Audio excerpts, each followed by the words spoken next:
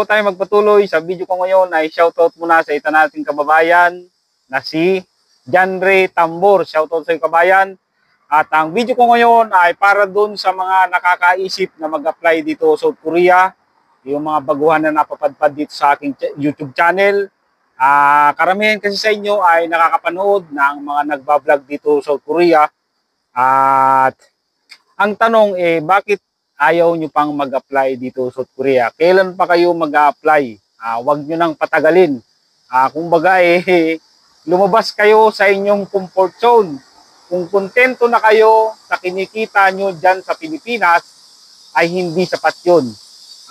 Lalo na sa may mga pamilya at dun sa mga binata, ay napakagandang opportunity na mag-abroad kayo habang single pa kayo, wala pa kayong asawa.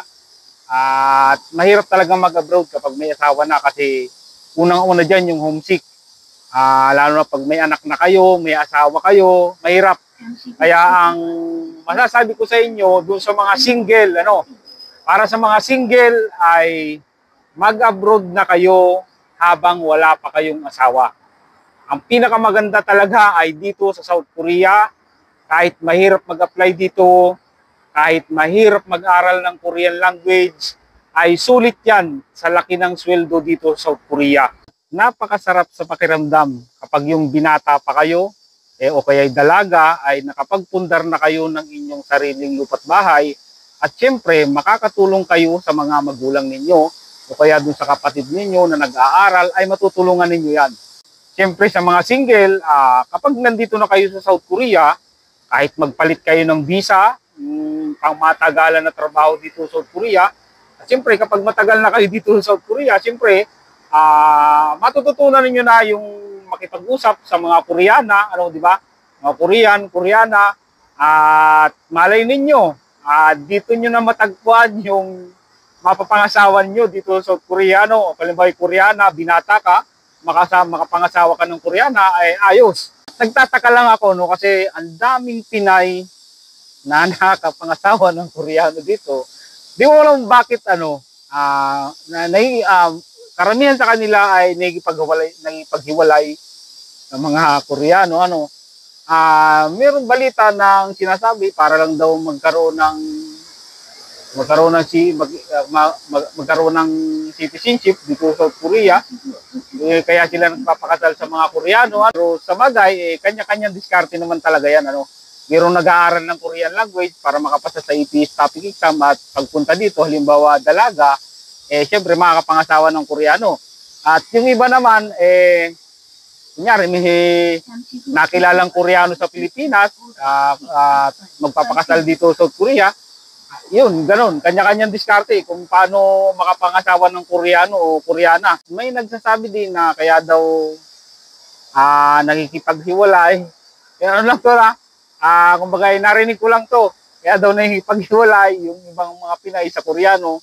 Kasi nga daw karamihan dito yung mga tupot. Yun siguro yung ibang dahilan. Pero hindi naman siguro lahat ganun. At yung ibang Koreana nga, ay marami rin sa Korea na talagang nag-aasawa ng mga foreigner.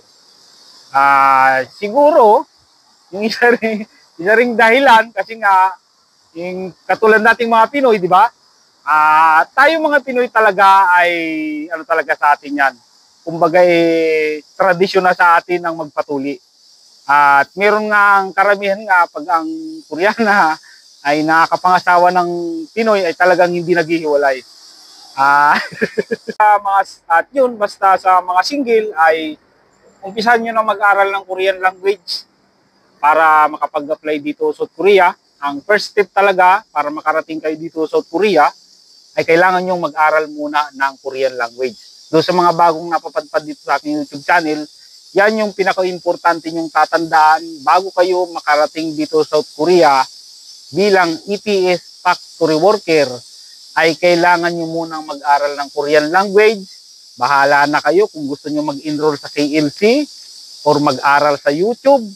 Pwede naman sa YouTube dahil wala namang hinihingi na certificate ang DMW kapag kayo ay aalis. Kaya kung single ka man o may pamilya, may anak, ay umpisahan nyo nung mag-aral ng Korean language ngayon. Huwag nyo nang patagalin. Dahil habang tumatagal ay pahirap ng pahirap ang kompetisyon sa pag-apply dito sa South Korea. Nag-ano talaga, nag-i-improve talaga yung ano nila, yung tungkol sa mga exam. Dati sa amin noon ay hindi mandatory ang skill test, pero ngayon ay mandatory ng skill test. Hindi ka makakapunta dito sa South Korea kapag hindi ka dadaan ng skill test. Kaya ang masasabi ko, umpisahan nyo na ngayon.